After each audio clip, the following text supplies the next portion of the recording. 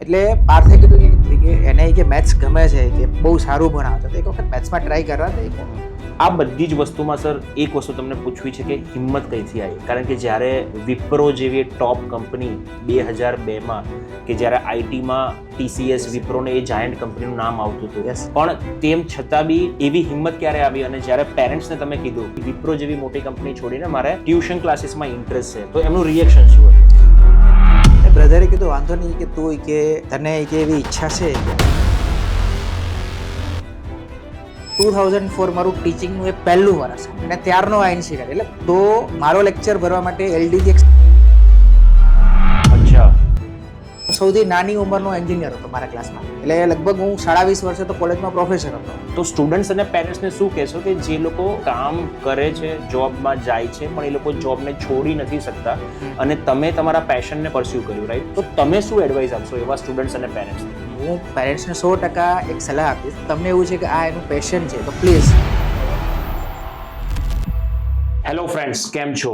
This is દર્શન Shah from the દર્શન Shah show, અને આજે આપણા પોડકાસ્ટ ઉપર એક એવા સુપર અને અમેઝિંગ ગેસ્ટ છે કે જેને હું એવું કહી શકીશ કે ગુજરાતના ફિઝિક્સવાલા છે, કારણ કે જેમને અત્યાર સુધી 20,000થી બી વધારે સ્ટુડન્ટ્સોને મેથેમેટિક્સ ભણાવ્યું, એ બી એન્જિનિયરિંગની અંદર. હું મારી વાત કરું તો હું બી એક એન્જિનિયર છું, અને જ્યારે મારે મેથ્સ 1, મેથ્સ 2, મેથ્સ 3 આવતી હતી ત્યારે ઘણી બધી તકલીફ પડતી હતી, અને એ ટાઈમે અમને કોઈ સમજાવવાવાળું હતું નહીં, રાઈટ? ત્યારે સરે પોતાનું એક વેન્ચર ચાલુ કર્યું અને દરેક સ્ટુડન્ટ્સ, જે બી એન્જિનિયરિંગના સ્ટુડન્ટ્સ હતો, એમને મેથ્સ ભણાવે, અને મેથ્સના અત્યારે કિંગ તરીકે ગુજરાતમાં ઓળખાય છે એવા અહીર સર અમારી જોડે છે. તો Ahir sir, thank you so much. Hello, thank you, welcome to my podcast. Thank you. Actually એમનું ઓરિજિનલ નામ જો તમે જાણશો તો હિતેશભાઈ ચાવડા છે, બટ હવે એક હુલામણું નામ અહીર સર તરીકે ઓળખાય છે, જે પૂરા ગુજરાતની અંદર અને ઘણા બધા છોકરાઓની જિંદગી ચેન્જ કરી, ઇમ્પેક્ટ લાવ્યા. એટલે જ અમારા પોડકાસ્ટ ઉપર એવા જ એડ્યુકેટર્સ આવે છે કે જે સ્ટુડન્ટ્સોની લાઈફમાં ઇમ્પેક્ટ લાવે છે. તો આજે અહીર સર જોડે એમની જર્ની વિશે વાત કરીશું, મેથેમેટિક્સ વિશે વાત કરીશું, અને એવા ઘણા બધા ક્વેશ્ચન્સ એમને પૂછીશું કે જેનાથી સ્ટુડન્ટ્સ અને પેરેન્ટ્સને અવેરનેસ આવે. તો તમે સ્ટુડન્ટ્સ છો, એન્જિનિયરિંગ કરો છો, કાં તો તમે એન્જિનિયરિંગનો પ્લાન કરો છો, પેરેન્ટ્સ છો, તો આ પોડકાસ્ટ તમારા માટે છે, કારણ કે અહીર સર આજે ઘણી બધી ઇન્ફોર્મેશન શેર કરવાના છે કે જે તમારી લાઈફ ઉપર ડેફિનેટલી ઇમ્પેક્ટ કરશે. તો આ પોડકાસ્ટ છેલ્લે સુધી જુઓ અને મેક્સિમમ ટુ મેક્સિમમ લોકોને શેર કરો. તો સર, ફર્સ્ટ ઓફ ઓલ કે તમારી જર્ની વિશે સમજાવો કે તમે તમારું બાળપણ ક્યાં વિતાવ્યું, નાનપણમાં તમારો ઇન્ટરેસ્ટ શું હતો, અને તમે એન્જિનિયરિંગ સુધીની સફર કરી તો એ કેવી રહી તમારી? એકચ્યુઅલમાં મારું બાળપણ છે એ જામનગર જિલ્લામાં વીત્યું, કે મેં મારું 3rd સ્ટાન્ડર્ડ છે તો 3rd સ્ટાન્ડર્ડ સુધીની મારી જે સ્ટડી છે એ મેં જામનગર પૂરી કરી.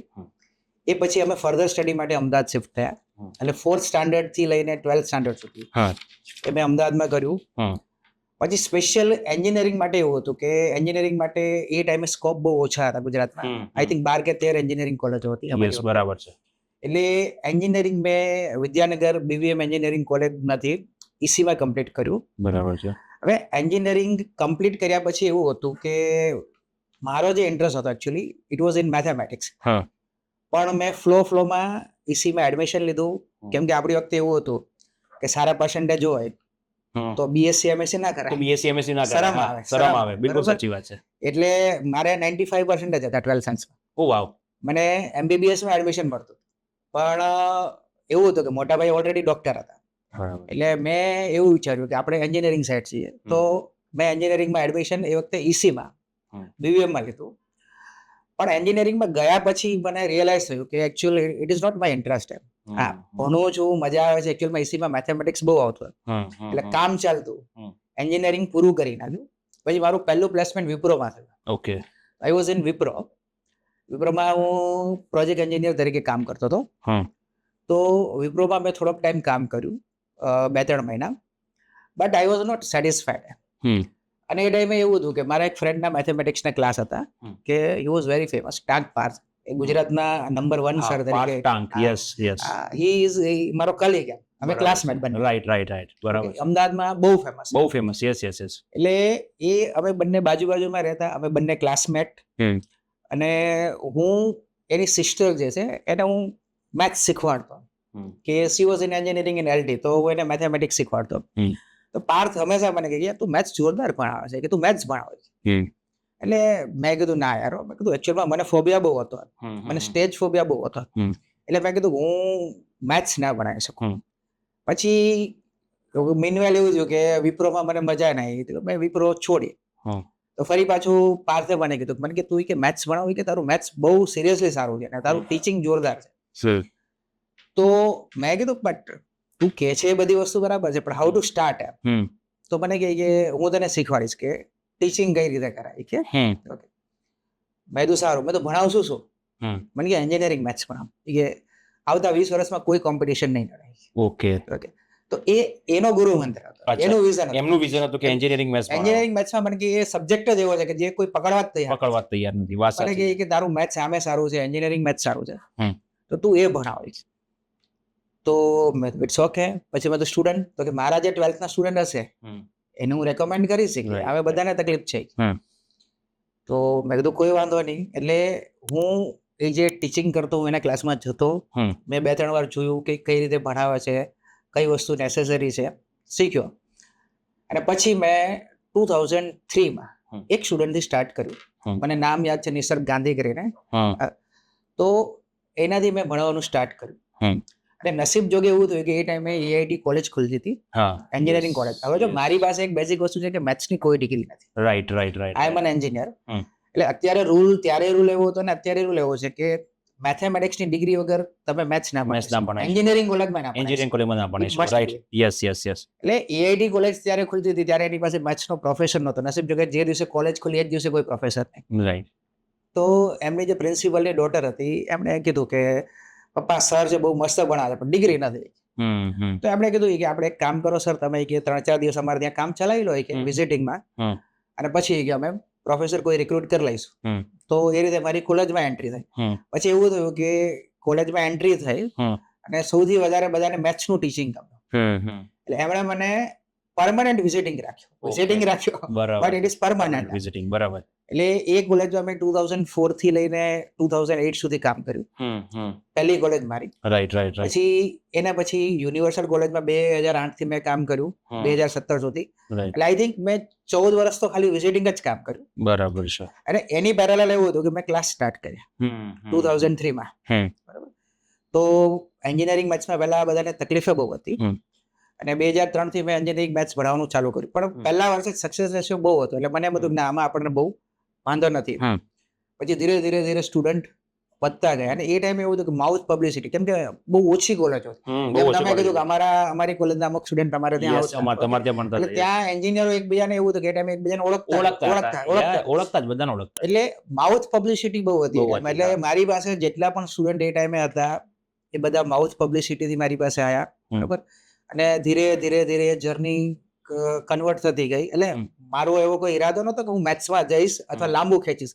It was temporary. એકચ્યુઅલી મેં જ્યારે સ્ટાર્ટ કર્યું ત્યારે એવું હતું કે આપણે કોઈક સારી જોબ મળશે તો છોડી દઈશ. એટલે એવું નહોતું કે મેથ્સમાં આગળ જવું, એવો કોઈ ઈરાદો નહોતો, અને એવું કંઈ હતું પણ નહીં. રાઈટ. ઓકે. પણ પછી મને લાગ્યું કે ટીચિંગ મને બહુ ગમતું મેથ્સનું. અને નહીંતર એવું છે કે અમારા ફિલ્ડમાં એવું કે તમે એકની એક વસ્તુ 3-4 વખત ભણાવો ને એટલે બોર થઈ જાવ. યસ. એટલે મને હજી હમણાં જસ્ટ એક સ્ટુડન્ટે પૂછ્યું, હું આવ્યો ને એની પહેલા, એક કચ્છથી એક સ્ટુડન્ટ મને મળવા આવી હતી. મને કહે સર તમે 23 વર્ષથી એકની એક વસ્તુ કેટલી વાર રિપીટ કરી છે? મેં તો ઇન્ફાઇનાઇટ ટાઈમ. મને કે તમને કંટાળો નથી આવતો? બધું ના, એ ગમે છે એટલે કંટાળો નથી આવતો. રાઈટ. કેમ મેં વિપ્રોની જોબ 3 મહિનામાં છોડી દીધી, એ મને નહોતી ગમતી તો મેં છોડી દીધી. રાઈટ. તો એ રીતે એન્જિનિયરિંગ મેથ્સમાં મારી એન્ટ્રી થઈ. જો કે એક એક્સિડન્ટલ એન્ટ્રી છે, કોઈ એવું હતું જ નહીં કે હું આમાં જઈશ કે આ કરીશ. ખરું. તો જેમ તમે કીધું કે બીબીએમ જેવી ટોપ ઇન્સ્ટિટ્યૂટમાંથી તમે એન્જિનિયરિંગ કર્યું એ ટાઈમની અંદર, રાઈટ. અને ઘણા બધા લોકોને ખબર નહીં હોય કે એ ટાઈમે એન્જિનિયર બનવું એટલે એક ડ્રીમ હતું દરેક ફેમિલી માટે. બરાબર. કારણ કે ઘરમાંથી એવું કહેવાતું કે ડોક્ટર નીકળે ને એન્જિનિયર નીકળે, અને એન્જિનિયરની એ ટાઈમે બહુ જ બોલચાલ હતી, અને હજુ બી છે. હવે તમે એના પછી વિપ્રોમાં જોબ કરી અને તમે ના ગમ્યું અને તમે છોડી દીધી. તો સ્ટુડન્ટ્સ અને પેરેન્ટ્સને શું કહેશો કે જે લોકો કામ કરે છે, જોબમાં જાય છે, પણ એ લોકો જોબને છોડી નથી શકતા, અને તમે તમારા પેશનને પરસ્યુ કર્યું, રાઈટ, કે તમારામાં હતું કે ટીચિંગ ભણાવવાનો શોખ હતો, પણ તમને કોઈ લાઈન નથી, પણ તમને એ લાઈન મળી અને તમે સક્સેસફુલ થયા. કારણ કે અત્યારે છોકરાઓને એવું જ છે કે પેશન ફોલો નથી કરતા અને નથી ખોટી કરતા. ડાયરેક્શનમાં જાય ખોટી છે. direction. તો તમે શું એડવાઇસ આપશો એવા સ્ટુડન્ટ્સ અને પેરેન્ટ્સને? જો મારા દરેક લેક્ચરમાં એક સેન્ટેન્સ બોલું છું, હું પોતે ભોગ બનેલો છું. હું ડિગ્રીમાં નથી માનતો. હું પહેલી વસ્તુ કહું છું કે મારી પાસે કોઈ ડિગ્રી નથી, સ્ટીલ નથી મેથ્સ. બધાએ કીધું કે બીએસસી સાથે સાઈડમાં કરી લો, એમએસસી કરો, પીએચડી કરો, થાય એમ છે. સ્ટીલ મેં નથી કર્યું. ઓકે, એટલે હું એવું બિલીવ કરું છું કે degree doesn't matter, skill matters. Okay, બરાબર છે. તમારામાં જે પેશન હોય એ તમારે ફોલો કરવું છે. હું તમને ક્લિયર વસ્તુ કહું કે મેં 12th પાસ કર્યું, મને મેથ્સ ગમતું હતું, પણ મને એક વસ્તુ એ હતી કે એક ટાઈમે મને એમ થયું કે હું બીએસસી કરું મેથેમેટિક્સમાં, પણ એ ટાઈમે એવું હતું કે સમાજનો ડર બહુ હતો. એટલે તમારે એક વસ્તુ છે કે તમારું પેશન હોય તો તમે ગમે ત્યાં જાઓ તો સમાજનો ડર બિલકુલ નહીં રાખવાનો. ઓકે, અને એના કારણે મેં 4 વર્ષ ખોટા બગાડ્યા. તો એ જે 4 વર્ષ મેં મારા એન્જિનિયરિંગના બગાડ્યા, મેં એન્જિનિયરિંગ કર્યું, એ ડિગ્રી મને હજુ સુધી ક્યાંય કામ નથી, એમને પડી છે. બરાબર છે. મારી બી ની ડિગ્રી હજુ પડી છે જે મેં ક્યાંય યુઝ નથી કરી. રાઈટ. એટલે તમે જો તમારા પેશનને ફોલો કરશો તો 100% સક્સેસ થશો. અને મારાથી સારો એક્ઝામ્પલ નો કોઈ ના હોઈ શકે કે હું ઊંધા ફિલ્ડમાં ગયો, પછી એ ફિલ્ડ મારે છોડવું પડ્યું, પછી મને ખબર પડી કે મારું પેશન મેથેમેટિક્સ છે, હું મેથેમેટિક્સમાં ગયો. ઓકે, અને અત્યારે આટલો આગળ ગયો. તો એક જ સલાહ છે પેરેન્ટ્સને કે તમારા બાળકનું જો પેશન તમને પહેલેથી ખબર હોય, ભલે એ નાની વસ્તુ હોય, ઘણી વખત એવું છે કે આ વસ્તુ કરાય થોડી, આવું થોડું કરાય. મારા કેસમાં એવું હતું કે ટાંક પાર્થ ટ્યુશનમાં હતો, એ એનું ડ્રીમ હતું. તો અમને એવું કીધું ટ્યુશન થોડા કરાય, એન્જિનિયર થઈને ટ્યુશન કરાય. એટલે સેમ વસ્તુ મારામાં હતી. મેં જયારે ટ્યુશન ચાલુ કર્યા હતા કે એન્જિનિયર થઈને થોડા ટ્યુશન કરાય, કે આટલી બધી ઓપોર્ચ્યુનિટી તમને માર્કેટમાં મળે, ટ્યુશન કરાય કે કોચિંગ કરાય. બટ મને એમ થયું કે ના, હવે આપણે આ જ કરવું છે. અને એ મેં ધીરે ધીરે આગળ વધ્યું. એટલે હું પેરેન્ટ્સને 100% એક સલાહ આપીશ કે તમારા બાળક અથવા તમને એવું છે કે આ એનું પેશન છે, તો પ્લીઝ એને ટાઈમ આપો, ફોલો કરવા દો. કદાચ સક્સેસ ના જાય તો અલગ વસ્તુ છે, તો પછી તમે એના બીજા ફિલ્ડનું તમે એમ કહો કે તું આમાં જા, પણ પહેલી પ્રાયોરિટી હંમેશા તમે એના પેશનને આપો. બરાબર છે, બિલકુલ સાચી વાત છે કે પેશનથી જ માણસ આગળ વધે છે. અને જો તમારો શોખ અને પેશન એક થઈ જાય તો તમારા સક્સેસફુલ થવાના ચાન્સીસ ખૂબ જ વધારે હોય છે. જેમ તમારો ઇન્ટરેસ્ટ હતો અને આજે તમે એ ફિલ્ડમાં ટોપ ઉપર છો, તો આનાથી બેટર એક્ઝામ્પલ કોઈ હોઈ ના શકે. બટ આ બધી જ વસ્તુમાં સર એક વસ્તુ તમને પૂછવી છે કે હિંમત કઈથી આવી? કારણ કે જ્યારે વિપ્રો જેવી ટોપ કંપની 2002માં કે જ્યારે આઈટીમાં TCS વિપ્રોને એ જાયન્ટ કંપનીનું નામ આવતું હતું, અને સારી ડેફિનેટલી મને ખબર છે કે તમારી સારી જોબ હશે એમાં, પણ તેમ છતાં બી એવી હિંમત ક્યારે આવી? અને જ્યારે પેરેન્ટ્સને તમે કીધું, કાં તો તમે તમારા ભાઈને કીધું કે મારે આ ફિલ્ડ છોડવી, વિપ્રો જેવી મોટી કંપની છોડીને મારે ટ્યુશન ક્લાસીસમાં ઇન્ટરેસ્ટ છે, તો એમનું રિએક્શન શું હતું? એકચ્યુઅલી મારા મોટા બ્રધર છે ને ડોક્ટર છે.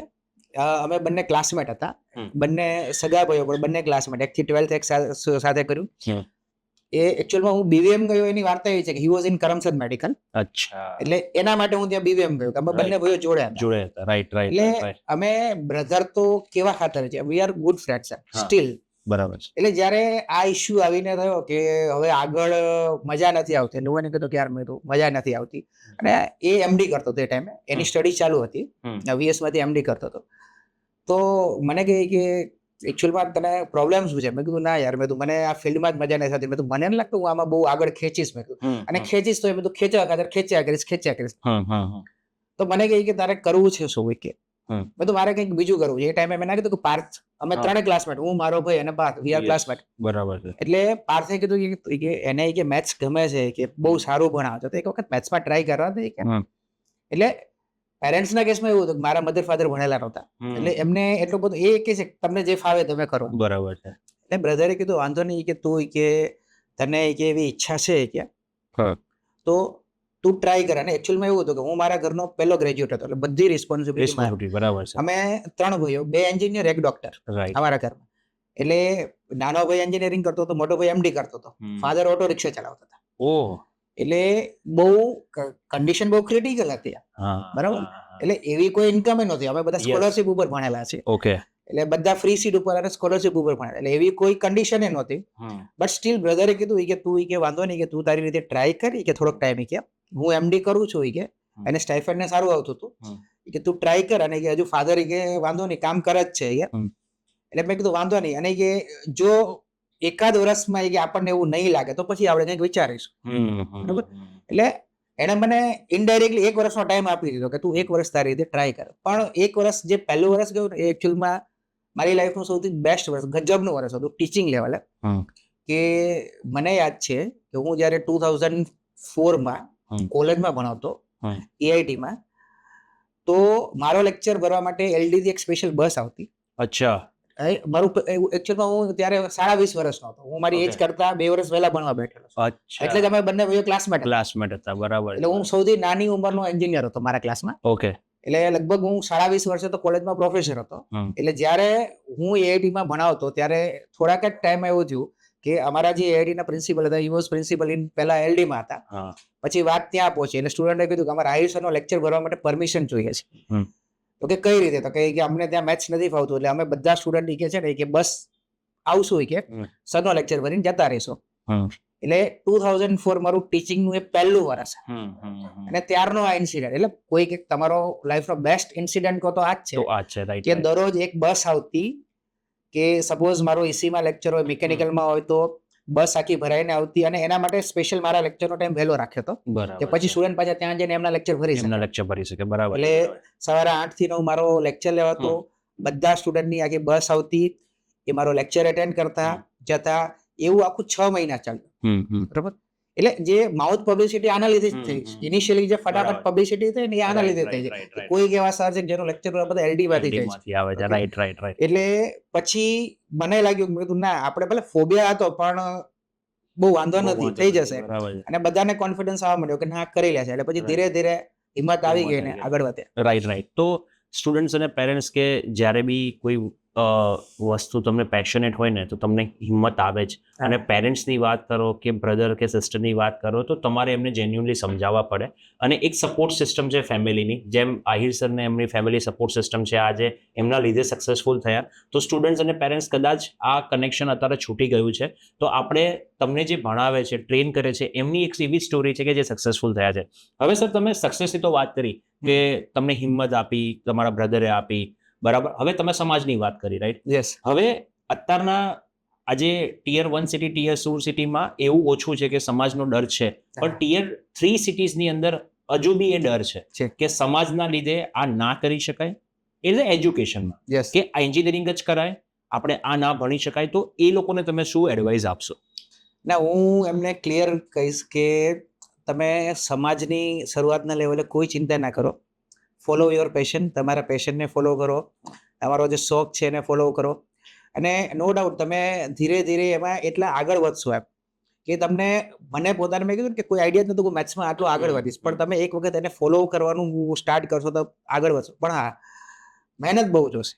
તમે જે ફિલ્ડથી ઓપોઝિટ ફિલ્ડમાં જશો એટલે તમારે મહેનત બહુ કરવી પડશે. પેશન છે પણ તમારે મહેનત કરવી પડશે. એટલે કોઈ પણ જનરેશન હોય તો હું એવું જ કહીશ કે પહેલા તમારું પેશન, ઓકે, અને પછી ડિમાન્ડ. નોર્મલી લોકો શું કરે છે કે અત્યારે શેની ડિમાન્ડ છે એવું ચૂઝ કરે. લોકો શું કરે છે કે ભાઈ અત્યારે IT ફિલ્ડ છે, IT ડાઉન છે તો ના, તો હવે હું આમાં જઈશ. એટલે એનું પોતાનું કોઈ વિઝન જ નથી મારે શેમાં જવું. એ ડિમાન્ડને અનુસાર તૈયારી કરે છે. એટલે ડિમાન્ડ અનુસાર તૈયારી ના કરો, પેશનને ફોલો કરો, ઓકે, તો નો ડાઉટ તમે સક્સેસ જશો. છે બરાબર છે. એટલે તમે જેમ કહો છો એમ સમાજની ચિંતા નહીં કરવી, તમે પેશનને ફોલો કરવો તો તમે ડેફિનેટલી આગળ. બરાબર. હવે જેમ તમે વાત કરી કે તમે 3 બ્રધર હતા અને તમારી એક you are coming from the એક એવા બેકગ્રાઉન્ડથી તમે આવી રહ્યા હતા કે જ્યાં સ્ટ્રગલ જ સૌથી મહત્વની હતી. તો આજના સ્ટુડન્ટ્સોને સ્ટ્રગલની એવી કઈ કહાની કહેશો કે જેનાથી એ લોકોને ઇન્સ્પિરેશન મળે કે ભાઈ સ્ટ્રગલ કરવાથી સક્સેસ મળે જ છે અને પેશન ફોલો કરો તો ડેફિનેટલી તમે આગળ વધો છો? કારણ કે અત્યારના યુથને ક્વિક સક્સેસ જોઈએ છે અને સ્ટ્રગલ કરવી નથી. તો એ લોકોને તમે શું જણાવશો? જો હું એક ક્લિયર વસ્તુ કહી દઈશ કે તમારી જે જનરેશન હતી, તમારા ટાઈમના મારા જે સ્ટુડન્ટ હતા અને અત્યારે મારા જે સ્ટુડન્ટ છે, મેં બહુ અપડેશન જોયું છે, બહુ અપડેટ જનરેશન જોઈ છે કે તમારી ટાઈમના જે સ્ટુડન્ટ હતા એ હાર્ડ વર્કિંગ બહુ હતા. એ લોકો શું છે કે સ્ટ્રગલ બહુ કરતા સક્સેસ માટે. ત્યારે એવું કોઈ હતું જ નહીં કે ના મને ક્વિક સક્સેસ મળે. હા, હું ચોખ્ખું કહીશ કે અત્યારની જનરેશન સ્માર્ટ બહુ છે. આપણે એટલા બધા સ્માર્ટ નહોતા, પણ આપણે હાર્ડ વર્કિંગ બહુ હતા. આપણે કોઈ પણ વસ્તુ કરી, તમે આ ઇમારત ઊભી કરી તો એમને નહીં થઈ હોય. તમે બહુ હાર્ડવર્ક hard work કર્યું કર્યું હશે, છે. બહુ સ્ટ્રગલ કર્યું Right, હશે, right. ઘણી વખત એવું છે કે ના મારે નથી કરવું, નથી કરવું. હા. પછી એમ થાય કે ના હવે મારે કરવું પડશે. ઓકે, એટલે આજની જનરેશનને હું એક જ સલાહ આપીશ હા. કે સક્સેસનો કોઈ શોર્ટકટ નથી. સક્સેસ શોર્ટકટમાં કોઈ દિવસ આવતી નથી, અને આવે છે તો બહુ લાંબી ટકતી નથી. ઓકે, એટલે તમારે જો સક્સેસ જોતી હોય, ઓકે, તો તમારે બહુ બેઝિક લેવલથી સ્ટાર્ટ કરવું પડશે, મહેનત કરવી પડશે. ભલે તમારું પેશન હશે, તમારે મહેનત કરવી પડશે, ફોલો કરવી પડશે. હવે એક્ઝામ્પલમાં હું કદાચ મારું જ એક્ઝામ્પલ આપું તો મારા ફાધર ઓટો રિક્ષા ચલાવતા, બરાબર. અમે 3 બ્રધર હતા, અને હતું એવું કે 3ને ભણવું હતું એમ. અને મોટો પ્રોબ્લેમ એવો હતો કે એક એવું નક્કી હતું કે કોઈને ઓછા પર્સન્ટેજ આવે તો એને નહીં ભણવાનું. પપ્પાએ નક્કી કર્યું કે આને નથી ભણાવવા. બરાબર છે, બરાબર. એટલે અમારે તો સ્ટ્રગલ એવી હતી કે 90 થી નીચે પર્સન્ટેજ ના જવા ના જોઈએ. જોવા જોઈએ. બરાબર. એટલે અમારે 3 બ્રધરને એવું છે કે 10th માં 12th માં 90 ઉપર પર્સન્ટેજ છે, બરાબર. અને એ રીઝન એવું હતું કે જો 90 ઉપર પર્સન્ટેજ આવશે તો આપણે સ્કોલરશીપ, ફ્રી સીટ બધું મળી જશે, તો બહુ કંઈ આપણે સર્વાઈવ નહીં કરવું પડે, આપણે કોઈ પ્રોબ્લેમ નથી થવાનો. એટલે બેઝિક લેવલે બહુ સ્ટ્રગલ હતી. વચ્ચે એવું હતું કે મને એવું હતું કે એક ટાઈમ એવું હતું કે ના હું સ્ટડી છોડી દઉં, પપ્પા આટલી મહેનત કરે છે. પણ અમારા મોટા ભાઈ હતા ને એને કીધું કે નહીં, સ્ટડી તો આપણે એ કમ્પ્લીટ કરવાની છે. ઓકે, એટલે ઘણી બધી સ્ટોરીઝ એવી છે, પણ તમારી આજુબાજુમાં તમારા ઘરમાં જ તમને આવી સ્ટોરી 100% જોવા મળશે સ્ટ્રગલની. બરાબર છે. રાઈટ. એટલે આજે તમે જે તમારી પર્સનલ વાત કરીને એ ખૂબ જ જરૂરી છે, કારણ કે અહીર સરની આ સાઈડ કદાચ કોઈએ હજુ જોઈ નહીં હોય, કારણ કે એ જે સ્ટ્રગલ સ્ટોરીમાંથી આવે છે ને એ ફેન્ટાસ્ટિક છે. બરાબર. હવે જો તમે સર આગળ વાત કરીએ ને કે હવે એજ્યુકેશન તરફ આપણે વધીએ. Yes. કે એજ્યુકેશન્સમાં તમે એન્જિનિયરિંગમાં અને ડિપ્લોમાની વાત કરીએ, બરાબર. Yes. તો ગુજરાતમાં ડિપ્લોમાના ઘણા બધા સ્ટુડન્ટ્સો છે, બરાબર. હવે એ લોકોને મેથેમેટિક્સમાં તકલીફ પડવાનું સૌથી પહેલું રીઝન શું? કે આપણે ત્યાં મેં એક વસ્તુ હવે ઓબ્ઝર્વ કરી, તમે જ્યારે ભણતા, હું ભણતો, ત્યારે આપણા એજ્યુકેશન સિસ્ટમમાં એવું હતું કે તમે જ્યાં ભણ્યા હો ને તો તમને બેઝિક્સ આવડતા, બેઝિક્સ ક્લિયર. બેઝિક્સ આપણી વખતે એવું હતું કે બેઝિક્સ ક્લિયર. ભલે તમને બીજું કંઈ આવડે કે ના આવડે, પણ તમને હું આજે મેથ્સના બેઝિક્સ પૂછો તો તમારા પાકા હશે, કેમ કે તમે જે ભણ્યા હતા તમે બહુ ફંડામેન્ટલ ભણ્યા. હા, બરાબર છે. અને લોજિકથી ભણ્યા હતા. અત્યારે મોટો પ્રોબ્લેમ શું છે કે જે એકચ્યુઅલમાં બિલ્ડિંગ આખું છે ને એનો બેઝ જે છે ને, બેઝિક લેવલ, ત્યાં સૌથી મોટો પ્રોબ્લેમ છે કે સ્ટુડન્ટને જે પ્રોબ્લેમ છે એ ફંડામેન્ટલનો પ્રોબ્લેમ છે. કે સ્ટુડન્ટ જ્યારે 10મા પછી ડિપ્લોમામાં આવે છે તો એના જે આગળના બેઝિક્સ છે ને એ એટલા બધા નબળા છે, અને સ્કૂલિંગમાં અત્યારે એટલો બધો મેથ્સમાં પ્રોબ્લેમ છે. સૌથી વધારે ડ્રોપ આઉટ રેશિયો એટલે જ મેથ્સમાં વધી રહ્યો છે, મેથ્સના કારણે વધી રહ્યો છે. લોકો સ્કૂલ છોડી રહ્યા છે, એન્જિનિયરિંગ છોડી રહ્યા છે મેથ્સના લીધે. ઓકે, કેમ? તો કે એનું જે બેઝિક્સ ફંડામેન્ટલ છે ને એ બહુ નબળું છે. એટલે સ્ટુડન્ટને ફંડામેન્ટલથી જો તમે બેઝિક્સથી તમે સ્ટુડન્ટને ભણાવો, બરાબર, તો એ ડિપ્લોમામાં જશે તો એને કોઈ વાંધો નહીં આવે. કેમ કે જ્યારે સ્ટુડન્ટ ડિપ્લોમાનું મેથ્સ ભણે છે તો એકચ્યુઅલમાં એને જે સોલ્વ કરવાનું આવે છે એમાં તો 8, 9 એ બધા જ મેથ્સ યુઝ કરવાના આવશે. ઓકે, ડિપ્લોમાનું મેથ્સ એક મેથ્સ છે, પણ જ્યારે સોલ્વ કરે છે ત્યારે આગળનું તેને યુઝ કરવાનું, એ એનું પાકું નથી. એટલે ત્યાં અટકી પડે છે. એટલે અને 8, 9માં એવું છે કે સ્ટુડન્ટ 8, 9માં પહોંચે છે તો એને 5, 6, 7 નું મેથ્સ આવતું, એ એનું પાકું નથી, એટલે ત્યાં અટકે છે. એટલે આખી એજ્યુકેશન સિસ્ટમમાં અત્યારથી એ રિસર્ચ ચાલે છે કે જે બેઝિક છે એમાં એવું તો શું કરીએ. મોટો પ્રોબ્લેમ અત્યારે બેઝિક્સમાં છે, બરાબર. એટલે બેઝિક જો ઇમ્પ્રુવ થશે તો ઉપરનું બિલ્ડિંગ ઓટોમેટિક ઇમ્પ્રુવ થઈ જશે. બરાબર છે. તો ફંડામેન્ટલથી જે પ્રોબ્લેમ આવે છે તો પેરેન્ટ્સ અને સ્ટુડન્ટ્સને શું ધ્યાન રાખવું જોઈએ કે એ લોકોએ ફંડામેન્ટલથી જ આ પ્રોબ્લેમને સોલ્વ કરી શકે? કારણ કે આપણે ગુજરાતની અંદર કેવું છે કે જ્યારે શું કહેવાય કે પ્રોબ્લેમ આવે ને ત્યારે જ આપણે દોડીએ છીએ. એટલે આપણે પાણી આવે પહેલા પાર બાંધતા જ નથી, રાઈટ? એ સૌથી મોટો પ્રોબ્લેમ છે. તો આજે કોઈ છોકરો છે જેને 10 વર્ષ કે 15 વર્ષ પછી એન્જિનિયર બનવું છે, અને એના પેરેન્ટ્સને તમે શું એડવાઇસ આપશો કે ભાઈ અત્યારથી તમે એના ફંડામેન્ટલ ક્લિયર કરવા માટે શું કરી શકે? તમે બહુ જોરદાર સવાલ પૂછ્યો છે કે એકચ્યુઅલમાં શું છે કે અત્યારે પેરેન્ટ્સ હોય ને, નાનું ચાઇલ્ડ હોય ને, તમે પૂછો કે શું કરવું છે તો એમ કહેશે કે મારે AIML કરવું છે. હા, યસ. તમે કોઈને પૂછશો તો કે શું કરવું છે તો કે AIML કરવું છે. એટલે આપણે એને કહીએ કે AIML માં શું આવે, તો કે AIML કરવું છે, શું આવે મને આઈડિયા નથી, બરાબર. એટલે AIML જે છે, સપોઝ હું તમને એક એક્ઝામ્પલ થી સમજાવું કે AIML એવું છે કે આખું મેથ્સ ઉપર છે. તમારું મેથ્સ સારું હોય તો તમે AIML કરી શકો, બરાબર. એટલે હવે હું બેઝિક્સ ની વાત કરું કે ધારો કે તમારું children 2nd standard, 3rd standard, 4th સ્ટાન્ડર્ડમાં હોય, બરાબર. કોઈ મને એવું પૂછે કે સર અમારે તમે મોટી વાતો કરો છો પણ એપ્લાય કઈ રીતે કરો? તમે એમ કહો છો કે ફંડામેન્ટલ ઇમ્પ્રુવ કરો, બરાબર.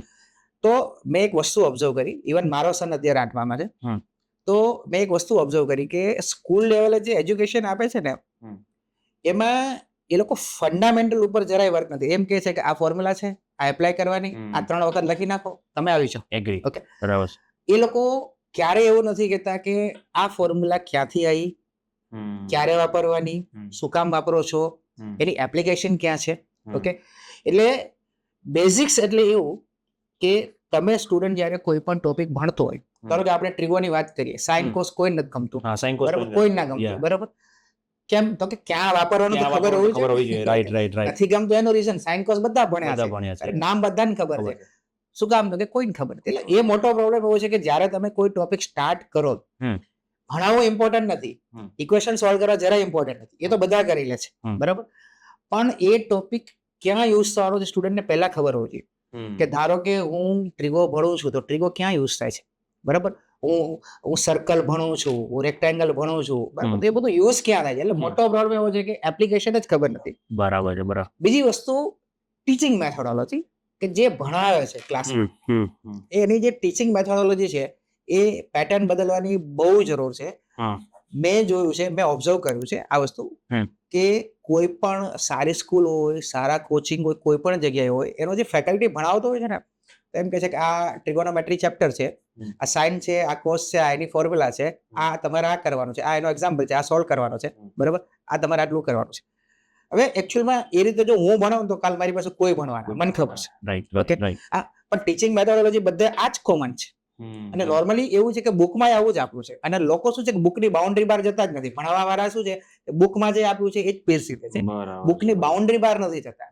ઓકે, એટલે તમારે જો વ્યવસ્થિત ટીચિંગ કરવું હોય, અથવા પેરેન્ટ્સ એવું છે કે ના મારે મારા છોકરાના ફંડામેન્ટલ ક્લિયર કરવા છે, તો તમારે બુકની બહાર બાઉન્ડ્રીમાં જવું જ પડશે. ઓકે, બરાબર. એટલે તમારે પોતાને એવી મહેનત કરવી પડશે, અથવા તમારે એવો ટીચર ફાઇન્ડ કરવો પડશે કે જે કોઈ ચેપ્ટર ભણાવતો એની પહેલા કે બેટા આમાં આવું હોય, આનો યુઝ છે, આ ફોર્મ્યુલા છે, શું કામ વાપરીએ છીએ, ક્યારે વાપરવાની, શું કામ નથી વાપરતા. ઓકે, અને એ જે આપણે કર્યું આ ચેપ્ટર છે એ એપ્લિકેશન એની અહીંયા છે. ધારો કે તમે એમ કહું કે ટ્રિગોનોમેટ્રી છે, બરાબર, હું એમ કહું કે રોકેટ સાયન્સમાં યુઝ થાય છે, તો તરત કહેશે રોકેટ સાયન્સમાં યુઝ થાય કે કઈ રીતે યુઝ થાય. એટલે હું એમ કહું કે આ રીતે યુઝ થાય. અચ્છા, ઈસરોમાં યુઝ થાય. અચ્છા, ઈસરોમાં જ મારે જવું છે, બધાનું ડ્રીમ હોય. એટલે હું એમ કહું કે આ ટ્રિગોનો આ રીતે એંગલ જે ફાઇન્ડ કરે છે, રોકેટ આખું વળે છે, એનો જે એંગલ ડિસાઇડ થાય છે, એ આ ફોર્મ્યુલા આપણે જે કરીને એ જ રીતે થાય. એટલે તરત કહેશે. અને તમે એપ્લિકેશન થી કોઈ પણ વસ્તુ બનાવશો ને તો તમને લોંગ ટર્મ યાદ રહેશે જ, બરાબર. અને એક બીજી વસ્તુ કે લાસ્ટ, કે જે હું મારા લેક્ચરમાં કાયમ કરું છું, હું કદાચ 23 વર્ષ ટક્યો તો આના કારણે, કે જ્યારે તમે કોઈ પણ લોંગ સમ કરતા હો ને, તો એની એક શોર્ટ ટ્રીક હોય. હું દરેક ટોપિકની મેં બહુ વર્ષો ટ્રીકમાં કાઢી, અને હું એક ટ્રીક બનાવવા માટે ઘણી વખત 10 કલાક કરું છું. ઓકે, હું તમને એક એક્ઝામ્પલ આપું. કદાચ રાતે તમે લેક્ચરમાં જોઈ જાવ તો કે મારી સામે 500 સ્ટુડન્ટ બેઠા હોય, ડિપ્લોમાના બધા. કોઈ પણ લેક્ચરની આ શરત એમ, મારો કોઈ પણ લેક્ચર ચાલુ હોય એટલે હું ટોપિક શીખવાડું, એમ કહું આ આટલો લાંબો સમ છે, આ રીતે સોલ્વ થાય ટ્રીક. પછી એક બાજુ તમારે એઆઈ રાખવાનું, અને એક બાજુ તમારે મારો કોઈ પણ સ્ટુડન્ટ 500 માંથી તમારે રેન્ડમલી પિક કરી લેવાનું, બરાબર. એઆઈ એનાલિસ કરતું છે ને પેલા મારો સ્ટુડન્ટ જવાબ આપી દેશે. ઓહો, શું વાત, ગેરંટી એમ કે એઆઈ એ પ્રોબ્લેમને એનાલિસિસ કરતું હશે ને એ પેલા મારો સ્ટુડન્ટ જવાબ આપી દેશે. એટલે એ ટ્રીક બનાવી છે ને કે કોઈ પણ લોંગ સમ છે, બરાબર, લોંગ મેથડ તો બધાને ઇક્વલ ટુ કરીને લખવાનું, પણ એને ખબર હોય કે ના આની આ શોર્ટ ટ્રીક છે જ મારી પાસે, બરાબર. આફ્ટર ઓલ સ્ટેપ ક્યાંય મેટર નહીં કરે. તમે ફિલ્ડમાં છો તો કોઈ પૂછશે કે આ ક્યાં આની ગણતરી, તો આની ગણતરી આ થઈ, વાત પતી ગઈ. સ્ટેપમાં કોઈને ઇન્ટરેસ્ટ. એટલે આવી વસ્તુ જો તમે અખતરા કરો ને, કે જે હું દરરોજ એઆઈ ને કહું કે ચલો, હું બધાને કહું ચલો એઆઈ ખોલો તમારા મોબાઈલમાં, પછી આ મેં તમને ટ્રીક શીખવાડી, આ ટ્રીક છે, તમે એઆઈ ને સમ આપો ને તમે, એટલે એઆઈ હજુ એનાલાઇઝ કરતો ને પેલા તો આન્સર આપી દીધો. અને એ એવું નહીં એક સ્ટુડન્ટ ની 500 માંથી ગમે તે લઈ લો. રાઈટ. એટલે એ જો ટીચિંગ મેથોડોલોજી લાવો ને તમે, તો નો ડાઉટ આ બધી વસ્તુ ઇમ્પ્રુવ થાય. રાઈટ. પણ એ બેઝિક લેવલે બહુ જરૂરી છે. તો જેમ આપણે ફંડામેન્ટલની વાત કરી કે મેથેમેટિક્સના ફંડામેન્ટલ ક્લિયર કરવા માટે તમે સરસ ટિપ્સ આપી, પણ હવે 8મું ધોરણ છે ને, ઘણા બધા કહે છે ઇન્ડિયામાં કે અને ગુજરાતમાં કે આ પાયો છે, કે તમારે હવેથી ડિસાઇડ થશે તમે સાયન્સ જશો, કોમર્સ જશો કે આર્ટ્સ લેશો, બરાબર. પણ 8મા ધોરણના છોકરાઓને જો તમને મેથ્સ ભણાવવાનું આવે તો તમે એવી કઈ ટેકનિકથી એ લોકોને મેથ્સ ભણાવી શકો? કારણ કે ઘણા બધા ટીચર બી જોતા હશે, તો એ લોકોને બી આઈડિયા આવે કદાચ આ વસ્તુ અમે અમારા ટીચિંગમાં ઇન્કોર્પોરેટ કરી શકીએ. ડેફિનેટલી. એકચ્યુઅલમાં 8મું સ્ટાન્ડર્ડ છે ને એ બધું ઇક્વેશનનું સ્ટાન્ડર્ડ, એની અંદર ઇક્વેશન એટલા બધા ઇક્વેશન્સ આવે છે. અને જે ફ્યુચર 9, 10, 11, 12 બધામાં યુઝ થાય છે. 8માં જે ઇક્વેશન આવે છે ને, એકચ્યુઅલમાં તમે કીધું 8 પાયો છે. 8માં 8 આખું ઇક્વેશન ઉપર ડિપેન્ડ છે, એટલે એમાં જે ઇક્વેશન આવે છે એ ફ્યુચરમાં યુઝ થવાના છે. એટલે જ્યારે તમારે ઇક્વેશન ભણાવવાનું આવે કોઈ પણ, ઓકે, તો definitely you have to prefer trick. તમારે એની ટ્રીક જ બનાવવી પડે. બરાબર. તમે સ્ટુડન્ટને એમ કહો કે એક્સ આ બાજુ જાય, નીચે જાય, ઉપર જાય, આ બાજુ જાય, માઇનસ થાય, તમે એ ફોલો કરો ને તો ઇટ વિલ બી ટેમ્પરરી. એ તમારું શું થશે કે સ્ટુડન્ટના મગજમાં ટેમ્પરરી. આજે મેં મારા છોકરાને શીખવાડ્યું કે આ બાજુ જાય તો માઇનસ થાય, આ બાજુ જાય તો નીચે જાય, આ બાજુ થાય તો નીચે થાય, બરાબર. એ થોડીક વાર એને યાદ રહેશે, એ પ્રેક્ટિસ કરશે થોડું વધારે યાદ રહેશે, પછી એક્ઝામ સુધી યાદ રહેશે, સ્કોર કરશે.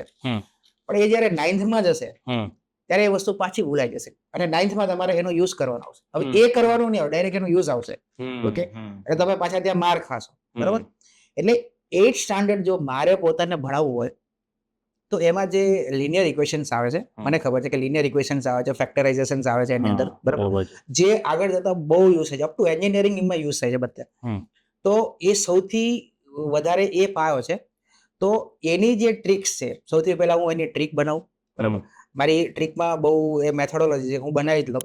એટલે સૌથી પહેલા હું એની ટ્રીક બનાવું, અને એ ટ્રીક હું સ્ટુડન્ટને એ રીતે પીરસું કે એને આજે કરી છે તો એને પછી એવું છે કે લાઈફ ટાઈમ ગાઈડ સર આવું બોલ્યા હતા લેક્ચર.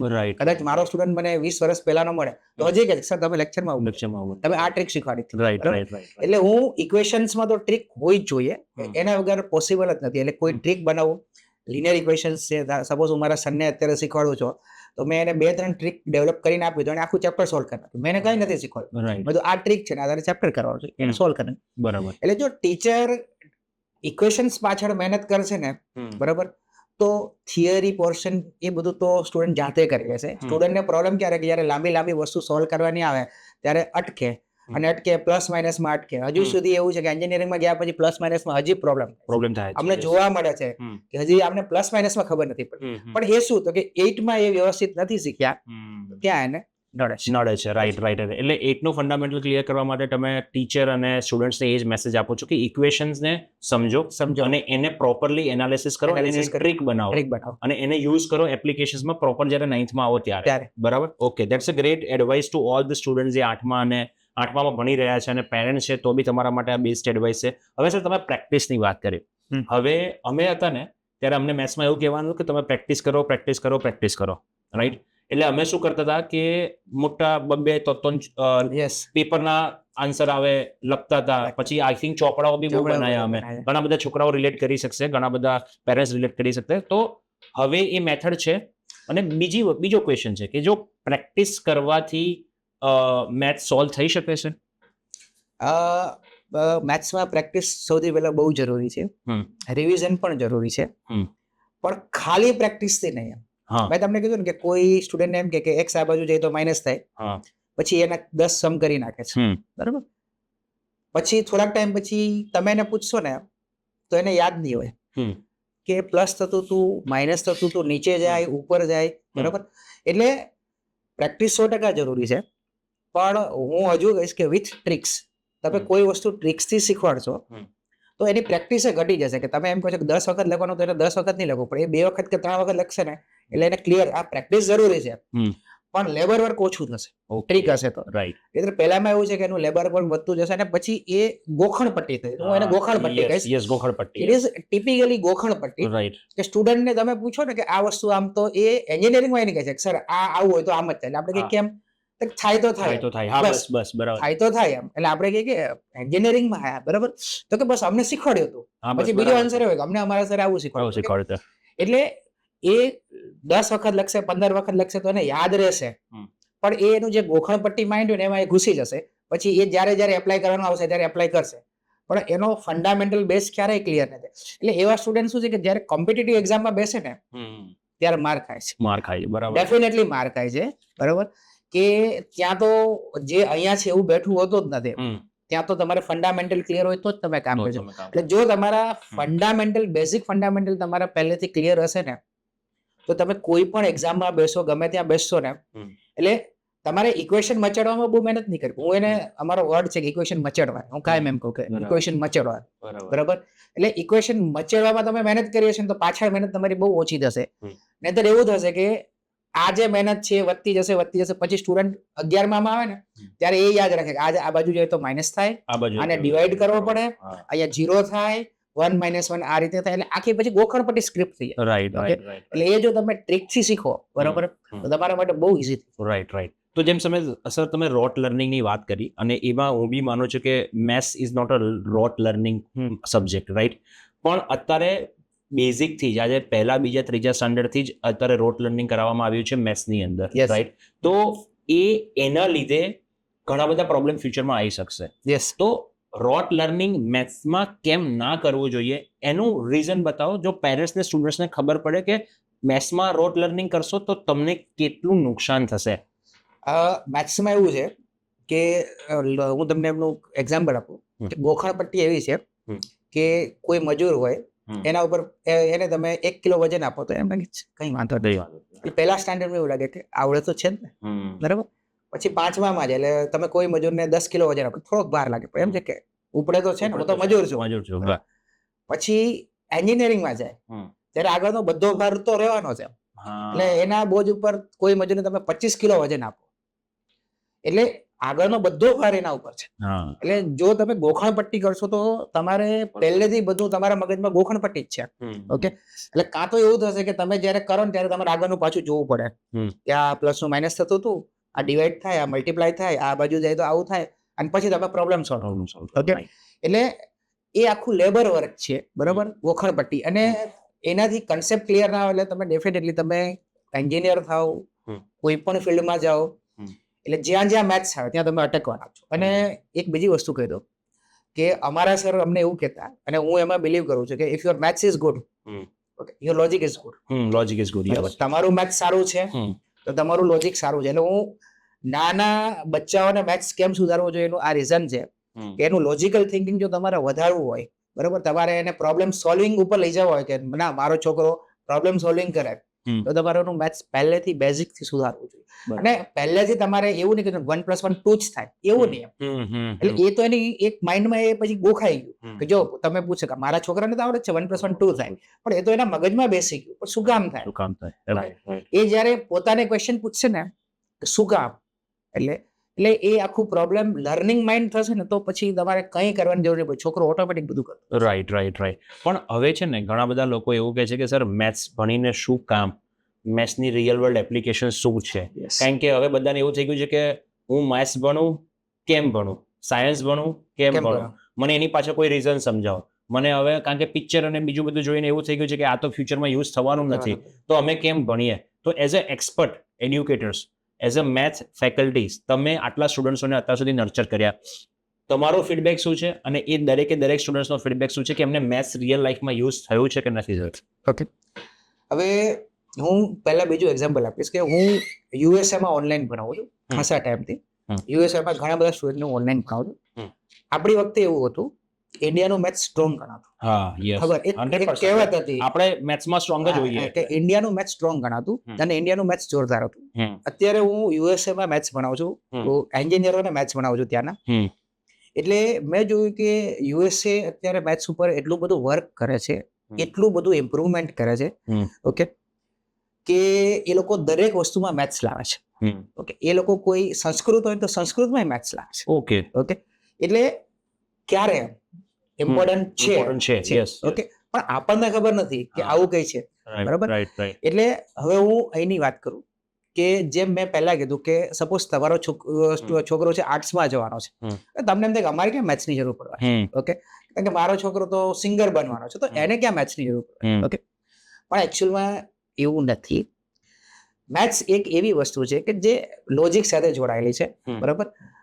મેથ્સ તમને શું છે કે પ્રોબ્લેમ સોલ્વ કરવાની તમને સ્ટ્રેન્થ આપે છે. તમારા એવું નથી, લાઈફના જ્યારે પ્રોબ્લેમ આવશે ને, લાઈફનો પ્રોબ્લેમ આવશે ને ત્યારે તમે મેથ્સના પ્રોબ્લેમ સોલ્વ કરેલા છે ને એટલે તમને લાગશે કે આ તો ઈઝી છે, પહેલા કરતા તો ઈઝી છે. એટલે મેથ્સ છે ને એ તમને બધા ફિલ્ડમાં, હું શું કામ કહું છું કે મેડિકલ ફિલ્ડ વાળા હોય તો એને મેથ્સ ભણાવે છે, એ લોકો 10th સુધી તો ભણે જ છે, બરાબર. ઇવન મેડિકલ ફિલ્ડમાં એ સ્ટેટિસ્ટિક્સ સબ્જેક્ટ આવે છે, મેથ્સનો આવે છે. યસ યસ બરાબર? આવે છે. એટલે મેથ્સ એટલા માટે છે કે મેથ્સ એટલા માટે નથી કે મારે આમાં શું કામ આવડે છે, પણ એવું છે કે મેથ્સ તમને શું છે કે ફાઇટ, હું તો જો કહું છું ફાઇટ કરતા શીખવાડે છે. તમે મેથ્સ સાથે ફાઇટ કરતા શીખી ગયા ને તો લાઈફ સાથે તમે ફાઇટ કરતા ઓટોમેટિક શીખી જશો. બરાબર છે. એટલે મેથ્સ વેરી ગુડ. એટલે જરૂરી છે. અને એન્જિનિયરિંગ ફિલ્ડમાં તો કોઈ એવી બ્રાન્ચ નથી કે જેમાં મેથ્સનો યુઝ ના હોય. એપ્લિકેશન અત્યારે AIML વાયરલ છે અને ઇટ ઇઝ 100% મેથ્સની એપ્લિકેશન જે વધી છે AIML આવ્યા પછી વધી છે. તમે AIML ગૂગલમાં સર્ચ કરો તો સૌથી પહેલા મેથ્સ જ આવે છે. એમાં 70% મેથ્સ અને 30% પાયથન આવે છે. બરાબર? એટલે AIML અત્યારે ટોટલી મેથ્સ છે. ઓકે, એટલે કોઈ એવું હોય કે મારા બચ્ચાને આમાં મોકલો કે આમાં મોકલો, તો એના માટે એનું પાયાનું મેથ્સ અત્યારથી નક્કી કરવાનું કે ભાઈ સાયબર સિક્યુરિટીમાં મોકલવો છે, AIML માં મોકલવો છે, ડેટા સાયન્સમાં મોકલવો છે. આ બધી જે ફ્યુચર બ્રાન્ચ છે કે જેનું ભવિષ્ય છે, તો એ બધામાં પહેલો પાયો છે કે મેથ્સ તમારું સારું હશે ને તો તમે ઓટોમેટિકલી એમાં પાવર. રાઈટ. તો સર એક ક્વેશ્ચન છે ને, મને ઘણા બધા સ્ટુડન્ટ્સ પૂછે કે સર મેં કોમ્પ્યુટર સાયન્સ કર્યું છે પણ મારે પ્રોગ્રામિંગ નથી કરવું, અને પ્રોગ્રામિંગ નથી કરવું ત્યારે તમે જે આજે વાત કરો છો કે પ્રોગ્રામની અંદર મેક્સિમમ મેથ્સ આવે છે, રાઈટ? એટલે આઈ થિંક એ લોજિક આવે છે. લોજિક એટલે એનો મતલબ એવો થયો કે એમનું ફંડામેન્ટલ પહેલેથી ક્લિયર નથી, એટલે એમને ડિગ્રી લઈ લીધી પણ એ એક્ઝિક્યુશન નથી કરી શકતા. તો એવા સ્ટુડન્ટ્સ અને પેરેન્ટ્સને તમે શું સલાહ આપશો જે અત્યારે બી ફર્સ્ટ સેમેસ્ટરમાં હશે, સેકન્ડ સેમેસ્ટરમાં હશે, કે ભાઈ હજુ બી હવે તમારો જાગવાનો ટાઈમ આવ્યો છે, કારણ કે કોમ્પ્યુટર સાયન્સ કર્યા પછી જો તમારે કોડિંગ ના કરવું હોય તો મતલબ શું? જો તમે બહુ જોરદાર ક્વેશ્ચન પૂછ્યો, બહુ સાચો છે. અત્યારે એવું કહેવાય છે, મેં લગભગ કીધું 23 વર્ષથી સ્ટુડન્ટ ભણ્યા અમદાવાદમાં, લગભગ ઘણી બધી મારા સ્ટુડન્ટની MNCs કંપની છે. બરાબર. તો એક કોમન વસ્તુ છે કે એ એવું કહે છે કે સર અત્યારે જે એન્જિનિયર બહાર પડે છે ને એમાંથી 5% જ પ્રોગ્રામિંગ કરી શકે છે, 5% જ કોડિંગ કરે છે, બાકી બધા પછી અધર જોબમાં ફાફા મારે છે કે ભાઈ હું ડિઝાઇનિંગ કરું, ઓકે, હું BDE માં જાઉં, બરાબર? એટલે પ્રોગ્રામિંગ સાઈડ કોઈ જવા નથી માંગતું. હું તમને એનું એક્ઝામ્પલ દઉં છું કે લોકો અત્યારે ક્રેઝ એવો છે કે લોકો 8મા ધોરણમાં છોકરો આવે ને તો C ના પ્રોગ્રામિંગ રાખે છે. સાંભળો, હવે C એ તો એક લેંગ્વેજ છે, એ થિંકિંગ નથી શીખવાડતી. થિંકિંગ તો આપણને મેથ્સ જ શીખવાડે છે. બરાબર છે. રાઈટ. તમે મને એક પ્રોગ્રામ લખવા આપો છો, તારે આ પ્રોગ્રામ લખવાનો છે, બરાબર? તો C તો એક મીડિયમ છે કે મારે એને શું કરવાનું, એ તો હું લખું છું, એ તો કોઈ પણ લખી શકશે. તમે થોડોક ટાઈમ શીખો તો તમે લખી શકશો. પાયથન એક લેંગ્વેજ છે, બરાબર? પણ તમને એમ કહે છે કે તારે ભાઈ આનો પ્રોગ્રામ રિવર્સ કરવું છે, કે તારે આ ઓર્ડરમાં ટ્રાયેંગલ ગોઠવવો છે, કે આ છે, તો જ્યારે તમે એ પ્રોગ્રામમાં લોજિક એપ્લાય કરો છો ત્યાં મેથ્સ આવે છે. મેં જે કીધું ને, હું મારા લેક્ચરમાં કાયમ કહું છું, તમે કીધું કે 5% સ્ટુડન્ટ પ્રોગ્રામિંગ કરે છે ને એનું રીઝન એવું છે કે 95% મેથ્સ સારું નથી. બરાબર? અને ઇટ ઇઝ ધ ફેક્ટ. આ ફેક્ટ છે કે એ લોકો પહેલેથી જે ગોખણ પટ્ટીમાંથી એન્જિનિયરિંગ સુધી પહોંચી ગયા છે, બરાબર? પણ પછી આયા એના પછી ખબર પડી કે પ્રોગ્રામિંગ એક C ની સિન્ટેક્સ બધી ખબર છે, બરાબર? કે મારે આ કરવાનું, પ્રિન્ટ આઉટ કરવાનું, બધું કરવાનું, પણ જ્યારે લોજિક એન્ટર કરવાનું આવે ને ત્યારે એને ખબર નથી પડતી. એટલે આ બહુ વેલિડ પોઈન્ટ છે કે લોકો કોમ્પ્યુટરમાં જતા રહે છે, એડમિશન લઈ લે છે અને પછી એન્જિનિયર થયા પછી એ ફિલ્ડમાં કામ જ નથી કરવું.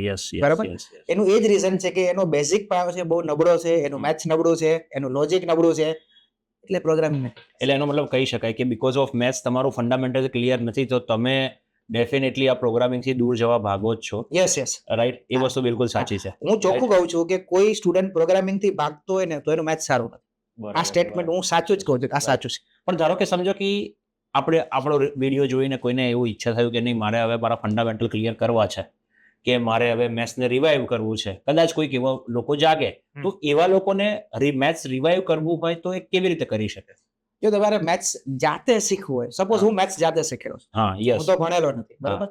હું જે એન્જિનિયરિંગમાં ભણેલો એ અત્યારે સિલેબસ જ નથી. હું જે ભણાવું છું એ તો આખો નવો સિલેબસ છે. એટલે હું આખું જાતે શીખ્યો છું.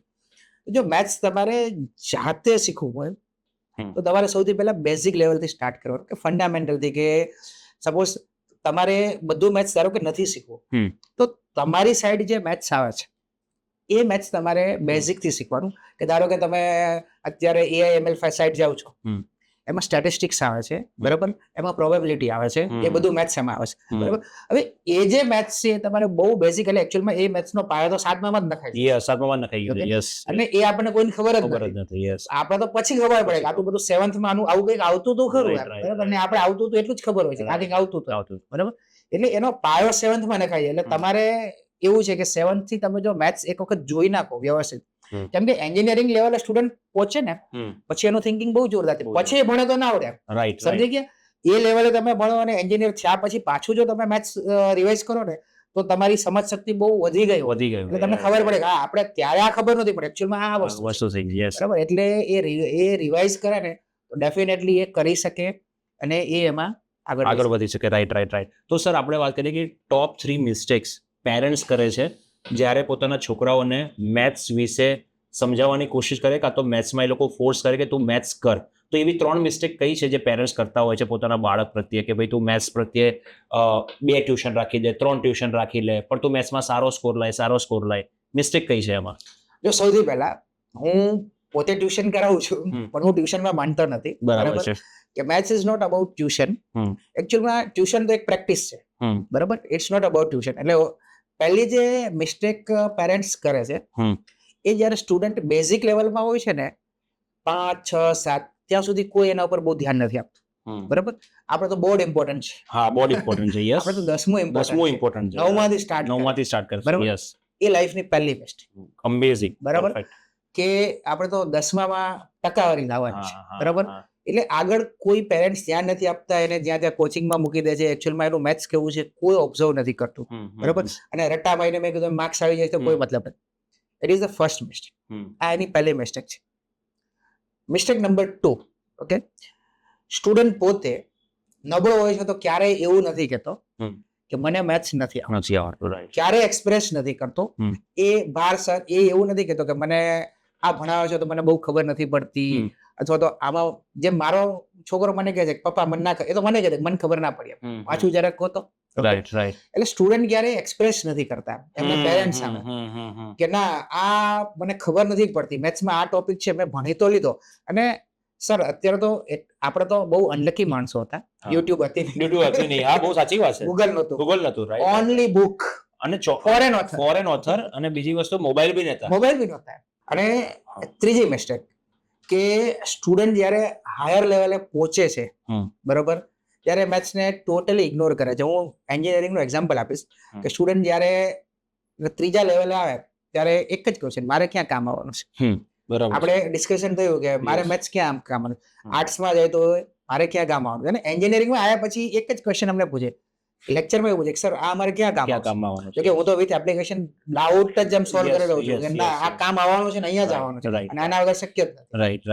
એટલે આ 3 મિસ્ટેક કોમન કરે છે કે મેથ્સને પહેલેથી ઇગ્નોર કરે છે. બહુ પરફેક્ટ. સરે જે સમજાવ્યું ને 3 મિસ્ટેક દરેક પેરેન્ટ્સે ધ્યાન રાખવાની છે, તો સમજજો. અને હવે સરે જે વાત કરીને સર રિસોર્સિસની વાત આજે હું કરી, કારણ કે તમે ને આપણે જે રિસોર્સિસમાં ભણ્યા છે ને એમાં આપણી પાસે આટલી બુકો હતી, અને એમાં આપણે ચેક કરતા હતા, સમ કરતા હતા, અને એના પેલા કેવું હોય છે કે આ સમના બીજા 10 સમ જાતે બનાવવા પડતા હતા. એટલે ધારો કે તમે જાતે બનાવતા હતા કાં તો ટીચર જાતે બનાવીને આપતા હતા. હવે એટલા બધા રિસોર્સિસ થઈ ગયા છે, પણ હજુ બી પ્રોબ્લેમ એક જ છે કે મેથ્સ ઇન્ડિયામાં અને ગુજરાતમાં કેમ ડે બાય ડે ડાઉન થઈ રહ્યું છે. કારણ કે આપણા ટાઈમે મેથ્સ બહુ પાવરફુલ હતું, આપણે મહેનત કરતા હતા. હવે કેમ રિસોર્સિસ હોવા છતાં બી ડાઉન થવાનું રીઝન શું? યસ, બહુ સારો ક્વેશ્ચન છે.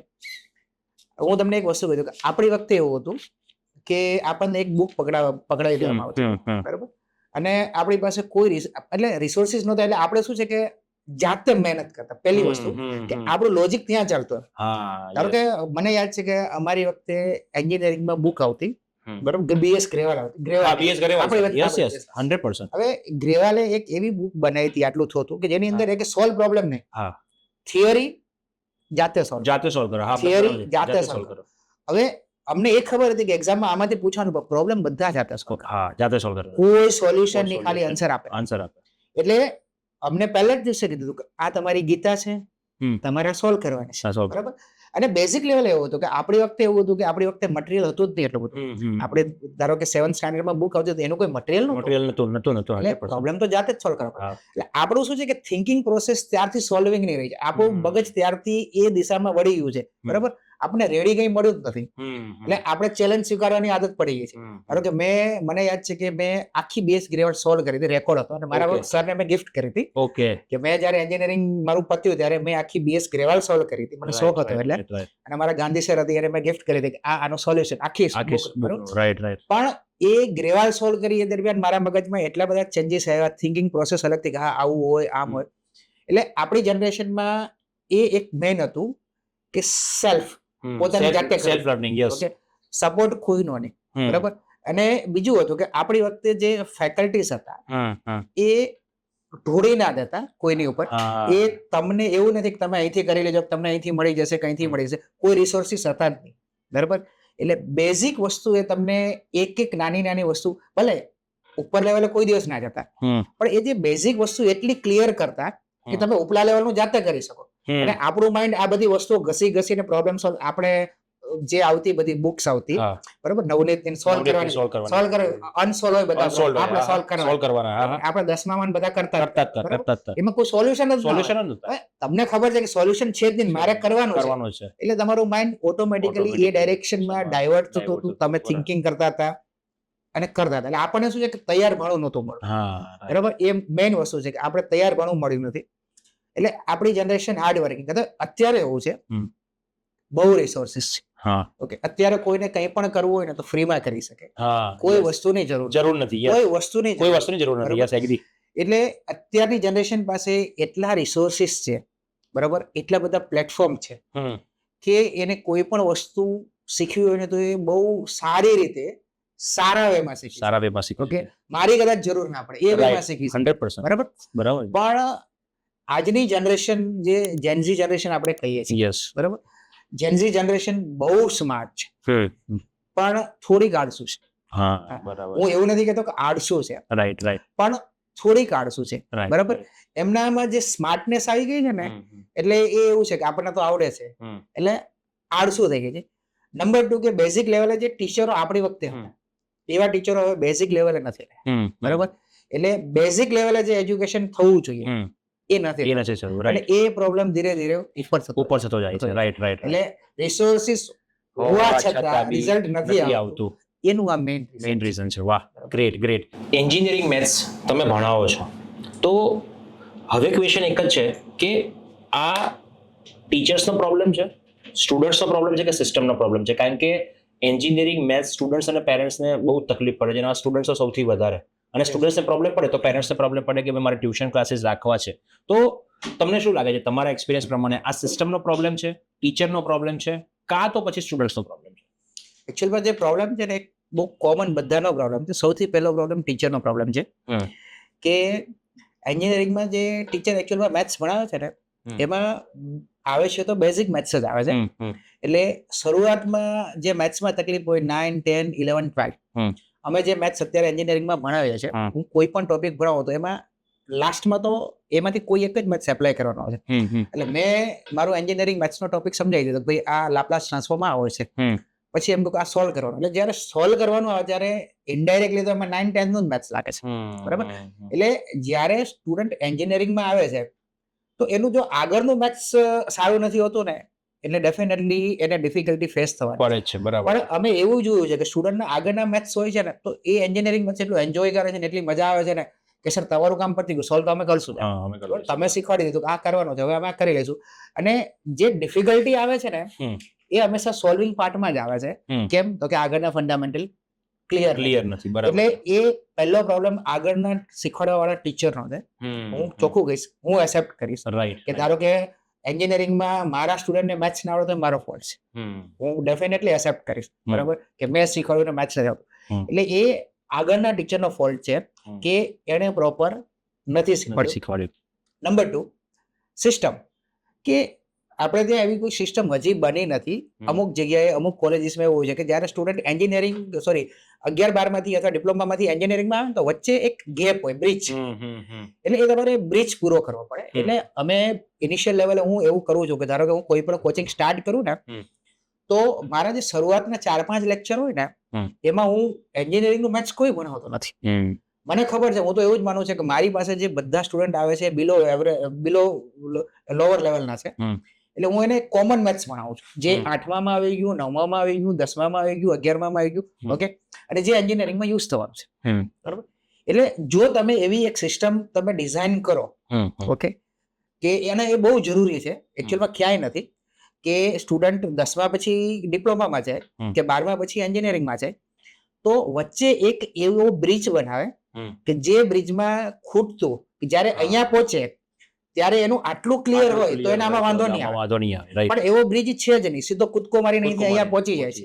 એટલે એનું આ ક્લિયર નથી તો એનું આ પણ ક્લિયર અને એના બેમાંથી એક પણ ક્લિયર નથી. બરાબર છે. એટલે મારા કોચિંગમાં સૌથી પહેલો મારો રૂલ્સ એવો છે કે હું જ્યારે કોચિંગ સ્ટાર્ટ કરું તો હું એવું જ માનું છું કે કોઈને કંઈ નથી આવડતું, બરાબર, અને સૌથી પહેલા હું એને બેઝિક જે વસ્તુ છે એ ટ્રિકથી શીખવાડું છું, એટલે એને તરત યાદ રહી જાય છે.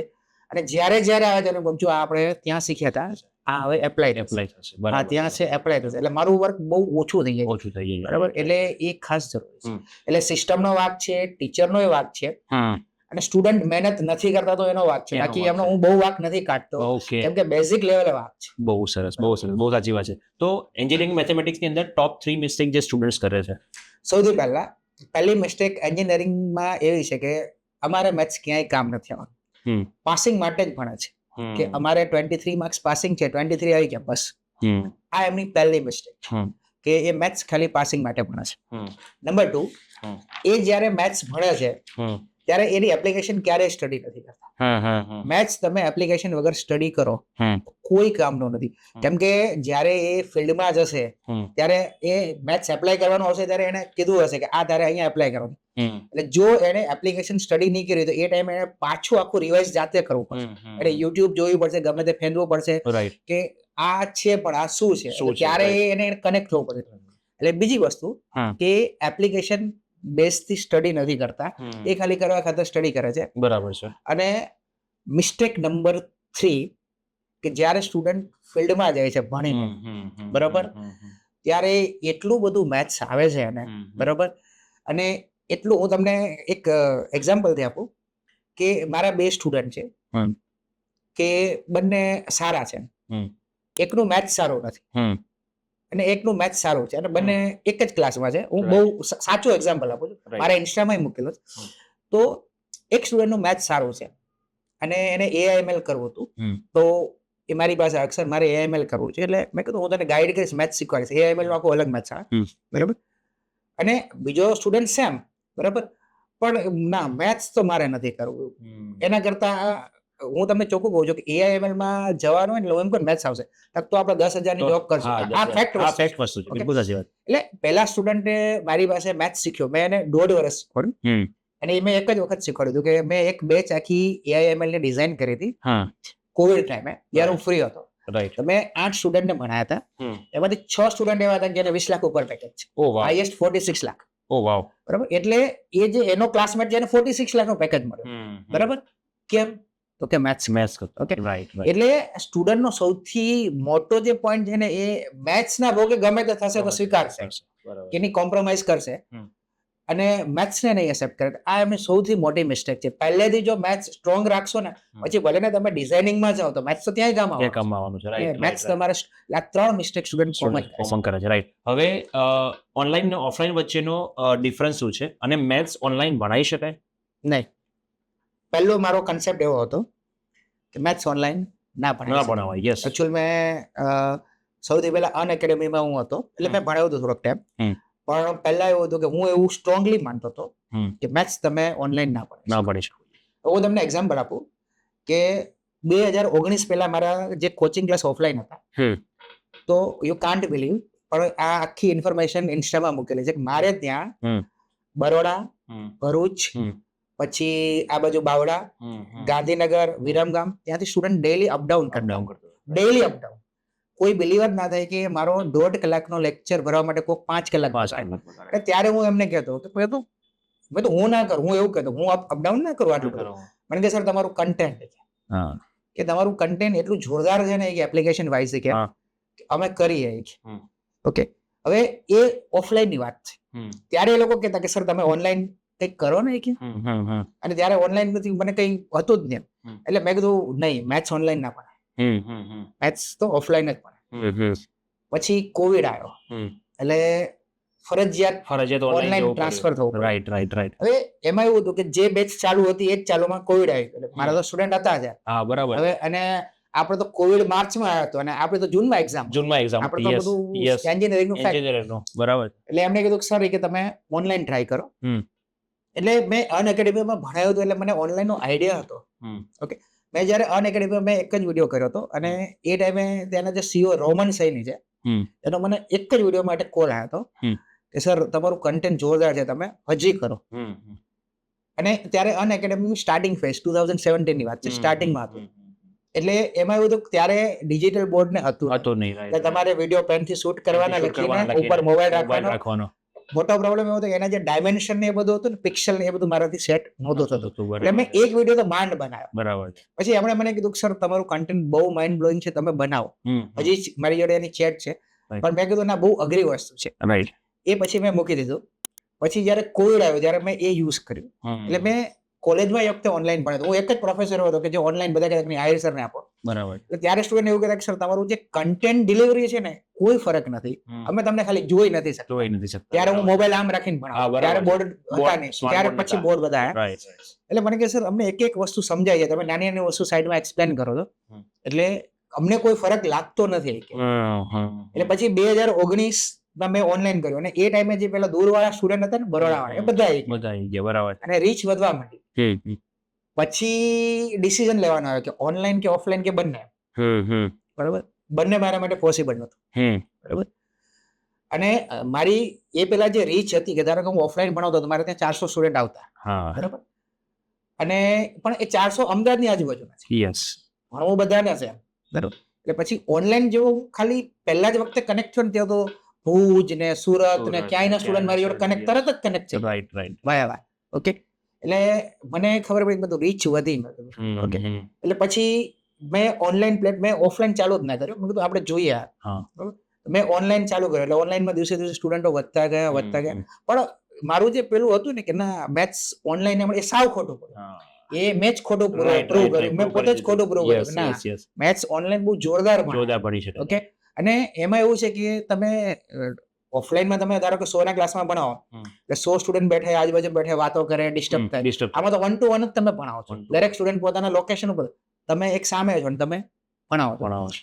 એટલે ઓનલાઈન મેથ્સ બહુ ફેકલ્ટી સારી રીતે કન્ટેન્ટ ડિલિવર કરતી હોય, નો ડાઉટ એને કન્ટેન્ટ તૈયાર કરવામાં મને બહુ વાર લાગે. હું તમને ફેક્ટ કહું, આજની તારીખે હું દરરોજ સવારે 4 વાગે ઉઠું છું. 4 થી 6 માં હું કન્ટેન્ટ બનાવું છું. બરાબર.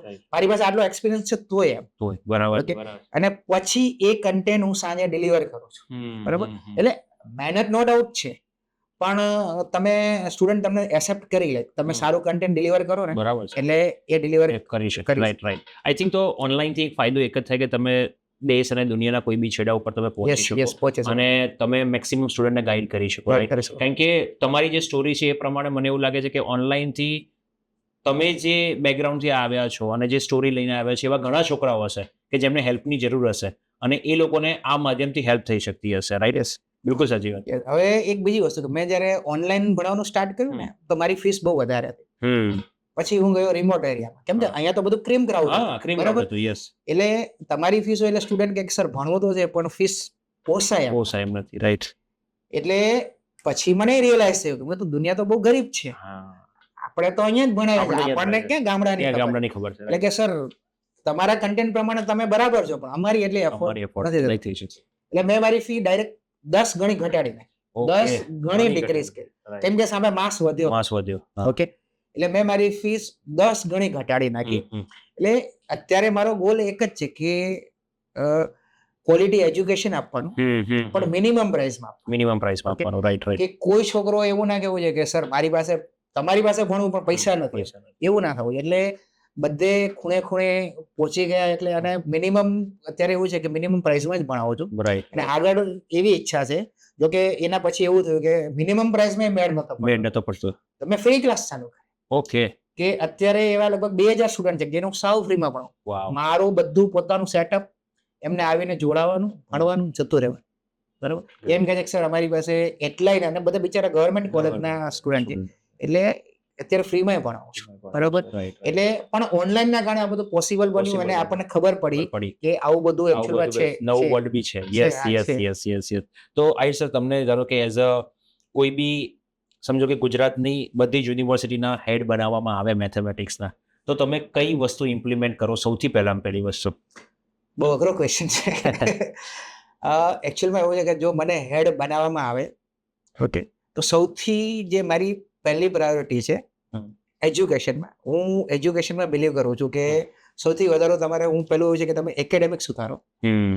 અત્યારે એવું છે કે એકેડેમિક ઉપર એટલી બધી પ્રાયોરિટી નથી જે આપણી વખતે હતી. યસ. એટલે સૌથી પહેલા હું એકેડેમિક ઉપર ભાર મૂકું. બીજી વસ્તુ કે એનું જે એકેડેમિક છે, જે લર્નિંગ મેથડ છે, એ બધામાં 100% એપ્લિકેશન બેઝ હું કરું. બરાબર છે. કે કોઈ પણ સબ્જેક્ટ સ્ટુડન્ટ ભણે છે તો એને એપ્લિકેશન ઇન્ડસ્ટ્રી નોલેજ સાથે આપો. ઓકે, ભલે મેથ્સ ભણે છે તો મેથ્સમાં ઇન્ડસ્ટ્રી નોલેજ છે, બરાબર. એટલે દરેક વસ્તુને હું ઇન્ડસ્ટ્રી સાથે કનેક્ટ કરું. બીજો મોટો પ્રોબ્લેમ તમને ખબર છે કે જ્યારે એન્જિનિયર બહાર પડે છે ત્યારે ત્યાં જાય છે ત્યારે એને કઈ નથી આવડતું. 4 વર્ષ કાઢ્યા પછી એને સી લખતા નથી આવડતું.